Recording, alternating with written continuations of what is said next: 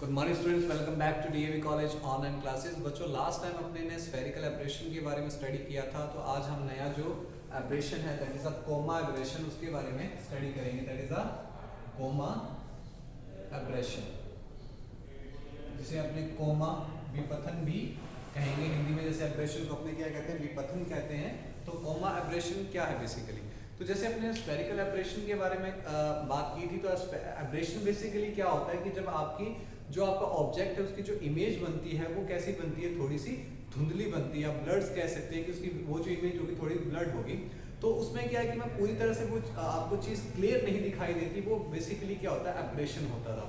लेकिन जब हमने स्फेरिकल एब्रेशन की बात की थी तो हमने क्या देखा था कि बेसिकली क्या हो रहा है कि जो ऑब्जेक्ट से लाइट्स आ रही है, रे ऑफ लाइट्स आ रही है, वो सारी की सारी लाइट्स जो हैं एक पॉइंट पर फोकस नहीं कर रही थी, बल्कि दो पॉइंट्स पर फोकस कर रही थी। जो पैराक्सियल लाइंस थी वो अलग पॉइंट पर फोकस कर रही थी, मार्जिनल लाइंस थी दो अलग पॉइंट पर क्या कर रही थी, फोकस कर रही थी, जिसके कारण आपकी जो इमेज थी वो क्लियर दिखाई नहीं दे रही थी। ठीक है, लेकिन जो स्फेरिकल एब्रेशन में जो पॉइंट था और जो कोमा एब्रेशन में जो डिफरेंस होगा वो क्या होगा कि दोनों ही केसेस में क्या इमेज आपकी प्रॉपर नहीं दिखाई देगी।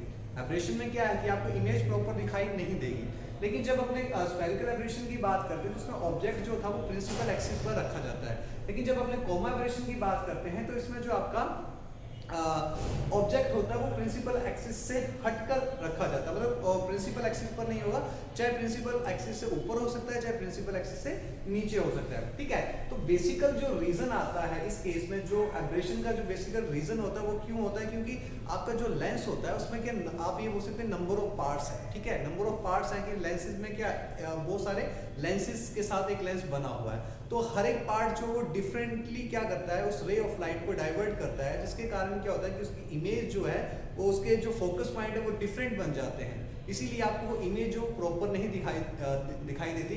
या सिंपली आप ये भी कह सकते हैं कि यहाँ पे जो एंगुलर मैग्निफिकेशन होता है हर एक रे ऑफ लाइट के लिए वो डिफरेंट आता है, इसलिए आपकी जो इमेज है वो आपको क्लियर दिखाई नहीं देती। तो उसको आप डायग्राम से समझते हैं कि कोमा एब्रेशन में क्या होता है। ठीक है, तो जैसे सपोज करो कि आपके पास कोई लेंस है, मैं एक लेंस कंसीडर कर रहा हूँ, जैसे आपने ये लेंस कंसीडर किया। ठीक है, इस लेंस को इस लेंस जैसे यहाँ पे अपने ने क्या किया, एक लेंस कंसीडर कर लेते हैं, दिस इज अ लेंस। ठीक है, ये मैंने यहाँ पे एक प्रिंसिपल एक्सिस को कंसीडर कर लिया। अब आपका ऑब्जेक्ट जो स्फेरिकल एक्सिस में स्फेरिकल एक्सिस के जो स्फेरिकल एब्रेशन के केस में क्या था कि जो आपका ऑब्जेक्ट था बच्चों वो था प्रिंसिपल एक्सिस के ऊपर। वो कहाँ था? प्रिंसिपल एक्सिस के ऊपर होता था। लेकिन इस केस में जो आपका ऑब्जेक्ट होगा वो प्रिंसिपल एक्सिस पर नहीं होगा, लेकिन कहीं और होगा। जैसे सपोज कर लो कि यहाँ पे आ गया। ठीक है, यहाँ जैसे रखा, यहाँ पे आपने इसको प्लेन कंसीडर कर लेते हैं, इस प्लेन पर है, लेकिन कहाँ पर होगा? प्रिंसिपल एक्सिस पर नहीं होगा वो। ठीक है, सिंपली प्रिंसिपल एक्सिस पर नहीं होगा। तो क्या होगा कि एक जो रे ऑफ लाइट है, जैसे यहाँ से इसका सेंटर कंसीडर कर लेते हैं, यहाँ पे अपने क्या करते हैं, एक स्क्रीन जो वो लगा देते हैं। ये आपके पास बेसिकली क्या है, दिस इज अ स्क्रीन।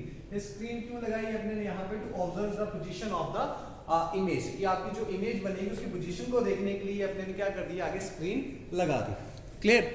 यहाँ पे हमने क्या कर दिया, स्क्रीन लगा दी। अब यहाँ पे क्या होगा बेसिकली कि जो रे ऑफ लाइट है, अब आपको पता है कि रे ऑफ लाइट जब ऑब्जेक्ट से निकलती है तो कुछ पैराक्सियल रेस होती है, कुछ आपके पास मार्जिनल रेस होती है। ठीक है, सभी की डायरेक्शन होगी। जैसे मान लो कि इससे जो रे ऑफ लाइट जा रही है वो कहाँ से, सेंटर से जा रही है, वो अनडाइवर्ट करेगी। जैसे मान लो कि वो इस पॉइंट पर जाके यहाँ पे आपको स्क्रीन पर दिख रही है।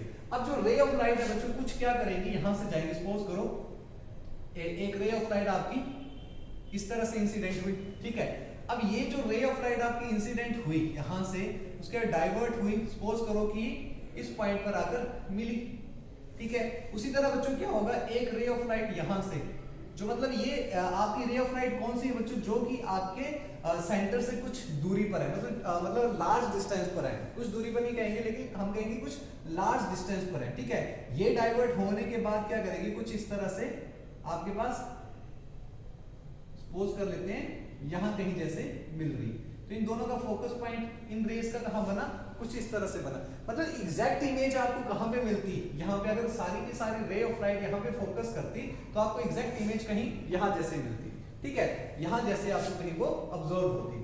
अब देखो जो दूसरी रे ऑफ लाइट हम मान लेते हैं कि एक रे ऑफ लाइट अपने ने यहाँ से कंसीडर कर लेता हूँ, यहाँ से एक रे ऑफ लाइट आई। ठीक है, उसका डाइवर्शन हुआ यहाँ से। ठीक है, उसका डाइवर्शन हुआ तो वो कहीं यहाँ जैसे आके मिल जाती है। ठीक है, अब यहाँ से एक रे ऑफ लाइट जो है, इसी के कॉरस्पॉन्डिंग जो रे ऑफ लाइट आई, ठीक है, उसका डेविएशन हुआ और वो यहाँ कहीं जाके मिलती है।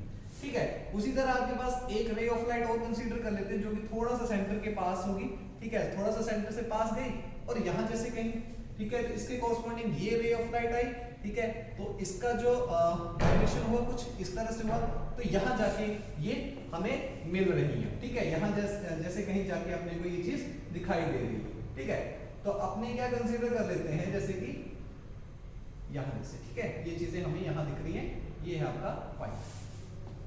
तो क्या हो रहा है, आप यहाँ देख रहे हैं कि जब हम स्क्रीन पर देखते हैं तो बेसिकली हमें क्या दिखता है कि जैसे यहाँ पे जो रे ऑफ लाइट फोकस हो रही है, यहाँ पे अपने को एक सर्कुलर पॉइंट दिखाई देता है। ठीक है, एक सर्कल सा दिखाई देता है, यहाँ पे एक सर्कल दिखाई देता है। ठीक है, और यहाँ पे एक सर्कल दिखाई देता है। तो हम क्या देख रहे हैं कि स्क्रीन के ऊपर जो हमें सर्कल दिखाई दे रहे हैं, कि जैसे जैसे हम क्या कर रहे हैं, मतलब जो रे ऑफ लाइट आपके सेंटर से अवे हैं उनका सर्कल थोड़ा बड़ा है, कि जैसे ऊपर की तरफ जा रहे हैं तो इसमें क्या होगा कि आपका सर्कल का जो डायमीटर है वो बेसिकली इंक्रीज होता जाता है। ठीक है, तो ये जो हमें कुछ शेप कुछ इस तरह से दिखाई देती है, इसको ध्यान से देखें। जैसे आपको एक ये सर्कल दिखाई दिया, एक ये सर्कल दिखाई दिया और एक ये सर्कल दिखाई दिया, तो इसकी इमेज बच्चों कुछ हमें इस तरह से दिखाई देती है। अब इसी को हमने कोमा क्यों नाम दिया, अगर आपको ध्यान हो तो ये जो शेप है बच्चों वो कुछ कोमेट की तरह बन रही है। ठीक है, ये आपको किसकी तरह बन रही है, कोमेट की तरह बन रही है। तो इसीलिए हमने इस एब्रेशन को क्या नाम दिया है, कोमा एब्रेशन जो है वो नाम दिया गया। ठीक है, और ये जो सर्कल बच्चों बनते हैं, इन्हीं सर्कल को हम कहते हैं कॉस्मिक। ठीक है, कॉस्मिक सर्कल, ये जो आपके सर्कल बन रहे हैं इन्हें हम क्या नाम देते हैं, कॉस्मिक सर्कल नाम देते हैं। क्या नाम देते हैं, हम कॉस्मिक सर्कल नाम देते हैं। तो क्या देखा बच्चों हमने यहाँ पे, जो कोमा एब्रेशन जो था उस स्फेरिकल एब्रेशन में डिफरेंस क्या होगा कि दोनों ही केसेस में पहले अगर हम बात करें, एब्रेशन का मतलब ये है कि आपको जो ऑब्जेक्ट है उसकी इमेज जो वो प्रॉपर दिखाई नहीं देगी, मतलब जिस साइज का है, जिस पोजीशन पर है और जिस कलर का, उसी तरह की अगर आपको इमेज दिखाई देती है तभी वो आइडल इमेज कहलाती है। ठीक है, वो आपके पास आदर्श प्रतिबिंब कहलाएगा। लेकिन हमें पता है एब्रेशन में क्या होता है कि वो हमें प्रॉपर इमेज दिखाई नहीं देती। उसका कारण कुछ भी हो सकता है कि इमेज आपको उसका जो साइज है वो प्रॉपर नहीं है, उसका जो कलर है वो सेम नहीं है, उसका जो डिस्टेंस है सेंटर से वो सेम नहीं है। तो इन तीनों में से अगर एक भी कंडीशन सेटिस्फाई नहीं होती तो इमेज आपकी जो होगी वो प्रॉपर नहीं होगी। तो स्फेरिकल एब्रेशन में क्या था कि आपका प्रिंसिपल एक्सिस पर आपका पॉइंट था, जो ऑब्जेक्ट था।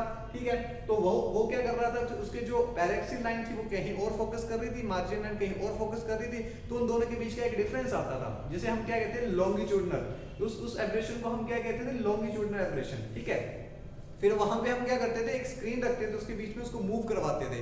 तो जहां पे आपको वहां पे स्क्रीन के ऊपर हमें क्या कुछ सर्कल दिखाई देते थे, वो सर्कल जिसका डायमीटर सबसे कम होता है, लीस्ट वाला जो सर्कल, उसे हम कंसीडर करते थे कि that is the possibility, that circle actually indicate the possibility of the image of the position की जो आपकी इमेज है उसकी पोजीशन को थोड़ा सा वहां पे क्या कर रहा है, इंडिकेट कर रहा है। ठीक है, इस केस में हमने क्या देखा कि इस केस में हमने देखा कि ऑब्जेक्ट जो है बच्चों को आपका क्या है, प्रिंसिपल एक्सिस से थोड़ा हटके रखा हुआ है। यहाँ भी रख सकते हैं इसको, यहाँ भी रख सकते हैं। अब इसका जो कारण हमने बोला, देखो यहाँ पे बेसिकली क्या हो रहा है, इस चीज को ऐसे समझेंगे आप लोग। देखो ये लेंस था जैसे, ठीक है, ये लेंस था।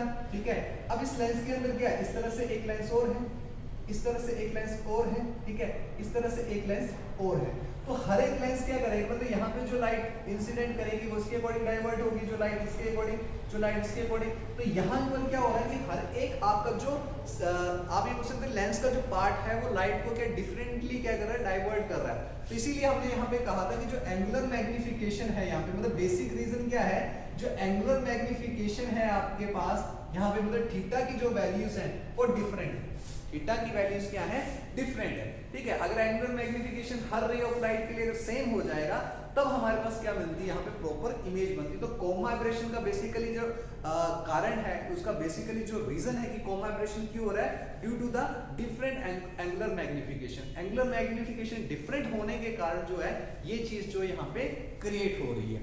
ठीक है, अब हमने जैसे लास्ट केस में कुछ मेथड्स को डिस्कस किया था स्फेरिकल एब्रेशन के केस में, तो यहाँ पे भी हम एक दो मेथड्स देख लेते हैं जो जिससे हम इस कोमा एब्रेशन को क्या कर सकते हैं, रिमूव कर सकते हैं। तो बच्चों कोमा जैसे आप लोगों को ध्यान होगा तो एक हमने क्रॉस्ड लेंस के बारे में देखा था स्फेरिकल एब्रेशन के केस में कि अगर हमारे उस केस में क्या था कि R1/R2 जो थी उसकी रेशियो -1/6 के बराबर हो, मतलब हम इस तरह का लेंस कंसीडर करें जिनकी R1 और R2 की रेशियो जो थी -1/6 के बराबर हो, तो स्फेरिकल एब्रेशन को रिमूव किया जा सकता था। तो यहाँ पे अगर कोमा एब्रेशन को रिमूव करना है तो उसके लिए हम क्या करते थे, R1 और R2 जो है दैट इज -1/9 की रेशियो में अगर लेते हैं तो आपका कोमा एब्रेशन जो है वो क्या हो सकता है, रिमूव हो सकता है। सेकंड केस बच्चों वही जैसे कि हमने वहां पे एक स्टॉपर का यूज किया था, तो स्टॉपर में हमने क्या किया था, या तो हम पैरेक्सियल लाइंस को क्या करते थे, स्टॉप कर देते थे, या तो मार्जिन लाइंस को स्टॉप कर देते थे। वहां पे दो ही जगह पर पॉइंट्स क्या कर रहे थे, रे ऑफ लाइट जो थे वो फोकस कर रहे थे। तो अगर हम पैरेक्सियल लाइन को फोकस स्टॉप कर देते तो मार्जिन लाइन एक ही पॉइंट पर फोकस होगी। अगर मार्जिन लाइन को फोकस कर देते तो पैरेक्सियल लाइन जो एक ही पॉइंट पर क्या हो रही थी, फोकस हो रही थी। तो हमें इमेज जो है वो क्या मिलती थी, क्लियर मिलती थी, लेकिन उसकी ब्राइटनेस जो थी वो कम हो जाती क्योंकि हमने इंटेंसिटी ऑफ लाइट को कम कर दिया था। ठीक है, तो इसी तरह यहाँ पे भी इसी तरह से हम क्या कर सकते हैं कि यहाँ मार्जिनल रेज है, मार्जिनल रेज आपके पास कौन सी होती हैं, जो सेंटर से दूर होती हैं। पैरेक्सियल रेज कौन सी होती है, जो सेंटर के पास होती है। तो इन दोनों में से किसी रेज को हम क्या करें, ब्लॉक कर दें। तो क्या होगा, ये जो देखो आपको बहुत सारे यहाँ पे क्या दिख रहे हैं, सर्कल दिख रहे हैं, तो यहाँ पे कंफ्यूजन क्रिएट हो रही है। तो क्या होगा, नंबर ऑफ सर्कल्स कम हो सकते हैं, तो जिसके कारण आपको क्या होगा कि इमेज उससे बेटर दिखाई देगी। ठीक है, तीसरा बच्चों आपके पास यहाँ पे क्या है कि जो हमने एवे साइन कंडीशन पढ़ी थी, अगर आपको ध्यान हो तो वो किसके बराबर थी, μ1 h1 θ1 = μ2 h2 θ2। अगर हम किसी तरह से इस कंडीशन को क्या कर देते हैं, फुलफिल कर देते हैं, तो क्या होगा आपका, देखो यहाँ पे क्या है θ1 और यहाँ पे क्या है θ2। अगर ये दोनों इक्वल हो जाते हैं, मतलब एंगुलर मैग्निफिकेशन को अगर हम इक्वल कर पाते हैं, तो हम इस कोमा एब्रेशन को क्या कर देंगे, रिमूव कर देंगे। कोमा एब्रेशन बेसिकली किसके कारण हो रहा था, एंगुलर मैग्निफिकेशन के कारण हो रहा है कि हम क्या बोल रहे हैं कि हर एक लेंस का हर एक पार्ट जो है वो डिफरेंट एंगुलर मैग्निफिकेशन जो वो हमें प्रोवाइड करवा रहा है। क्योंकि हम बेसिकली जब एनालिसिस हो रहा है ना, तो इस लेंस में क्या है, बहुत सारे पार्ट हैं।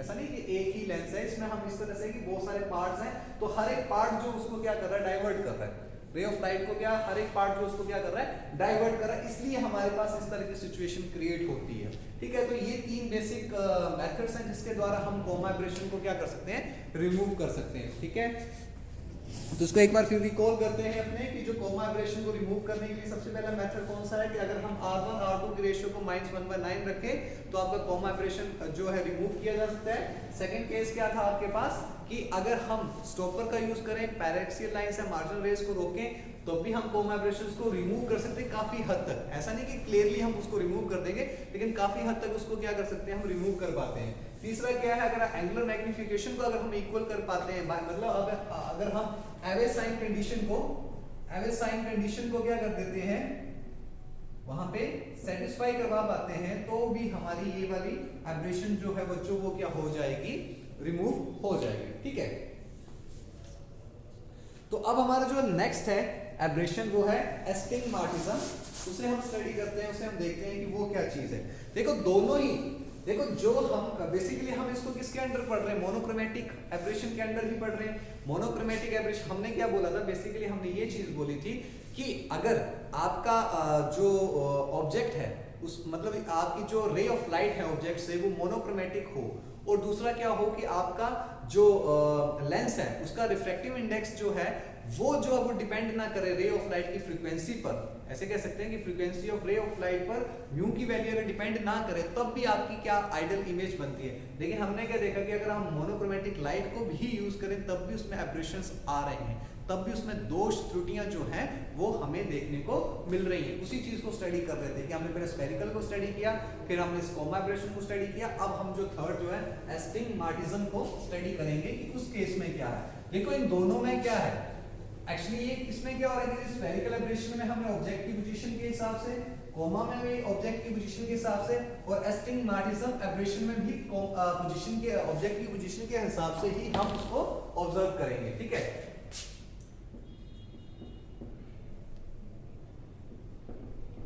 तो ये एस्टिग्माटिज्म जो है बच्चों, इसमें क्या होगा, देखो दोनों में ही क्या है, जो कोमा वाला हमने बात की तो उसमें भी हमने क्या किया कि आपका जो ऑब्जेक्ट होगा प्रिंसिपल एक्सिस पर नहीं होगा, इसमें भी वो प्रिंसिपल एक्सिस पर नहीं होगा। पहली कंडीशन दोनों के लिए सेम। तो जैसे सपोज करो कि आपने क्या किया, यहां पे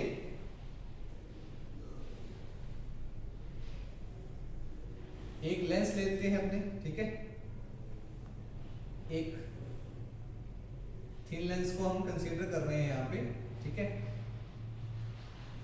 और आपका जो ऑब्जेक्ट होगा वो एटलीस्ट कहां नहीं होगा, प्रिंसिपल एक्सिस के ऊपर नहीं होगा। मतलब यहां पे आपका ऑब्जेक्ट नहीं होगा, या तो ऑब्जेक्ट हो सकता है प्रिंसिपल एक्सिस से ऊपर हो सकता है, या तो प्रिंसिपल एक्सिस से क्या होगा, नीचे होगा, ठीक है। अब जैसे मान लो कि मैंने ऑब्जेक्ट को यहां कंसीडर कर लेते, जैसे पहले वाले केस में यहां कंसीडर करके दिखाया था, इस वाले केस में हम यहां पे कंसीडर कर लेंगे, यहां पे भी कंसीडर कर सकते हैं, कोई दिक्कत नहीं कि दोनों की कंडीशन जो है पहले वाले केस की क्या है, सेम।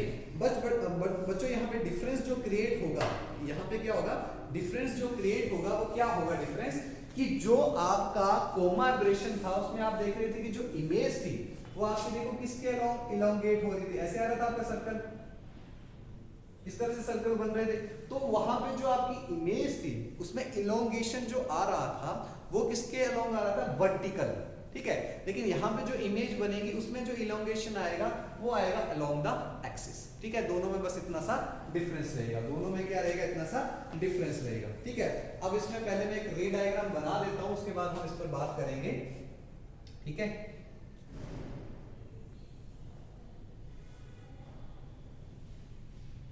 ठीक है, यहाँ पे वैसे उसी तरह से हम क्या करेंगे, एक स्क्रीन भी लगा सकते हैं, ठीक है, एक स्क्रीन को भी हम लगा सकते हैं यहां से। तो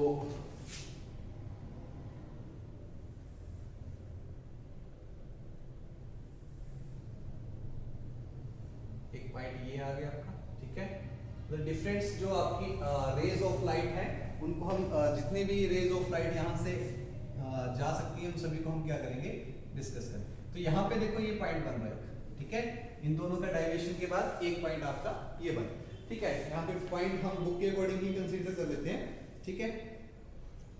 जैसे इसको P ले लिया, यहाँ पे आपने इसको N ले लिया, ये जो पॉइंट है यहाँ, ठीक है, इसको हमने N ले लिया, और यहाँ का जो पॉइंट है बच्चों उसको हमने M माना, ये वाला पॉइंट जो है वो हमने क्या माना है, M माना, ठीक है। फिर यहाँ से एक रे ऑफ लाइट और कंसीडर कर लेते हैं अपने, ठीक है। तो उसमें क्या लिया हमने, जैसे यहां से एक रे ऑफ लाइट और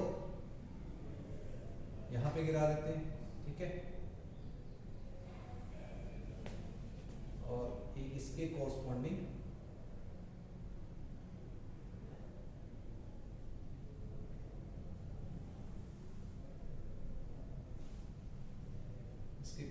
एक रे ऑफ लाइट और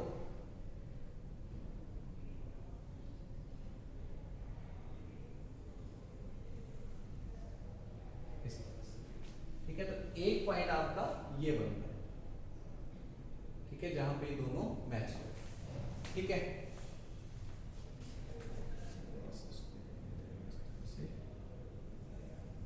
इस तरह से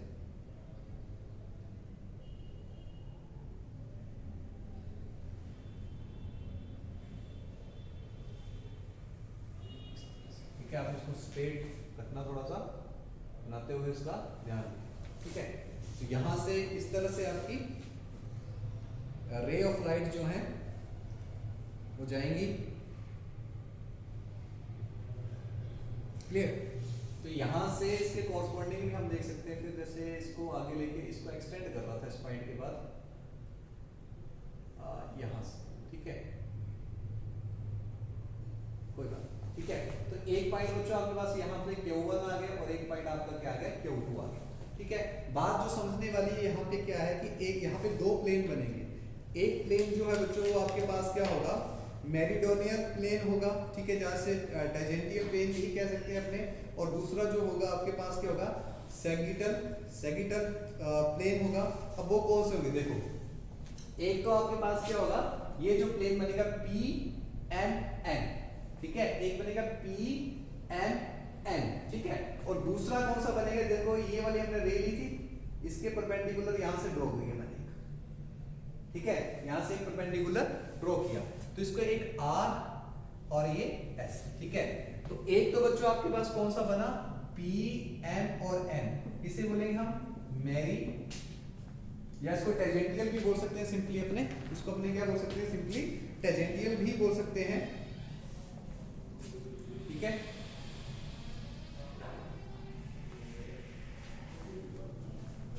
P, M, N, इसको बोल सकते हैं हम मैरी, ठीक है, प्लेन, और दूसरा इसको हम टेजेंटियल भी या टेंजेंशियल भी बोल सकते हैं, ठीक है। और उसके बाद आपके पास बन रहा है P, R, S, ठीक है, इसको बोलेंगे हम सेगिटल, सेगिटल प्लेन। अब सेगिटल प्लेन कौन सा बच्चों, जो ये परपेंडिकुलर ड्रॉ किया ना हमने, इस पॉइंट से इस पॉइंट तक, जो आपकी सेकंड रे ऑफ लाइट का कॉम्बिनेशन था उस पर, ठीक है। तो ये जो प्लेन बना, मतलब ये जो प्लेन है आपके पास, ये वाला, ये आपके पास कौन सा होगा, सेगिटल, और ये जो प्लेन बना आपके पास कौन सा, ये पूरा का पूरा, इसके अंदर ये पूरा आ जाएगा, ये M, N और P तक, ये पूरा का पूरा प्लेन कौन सा बनेगा, मेरीडोगुलर, ठीक है, मेरीडोगुलर प्लेन बोल सकते हैं इसको,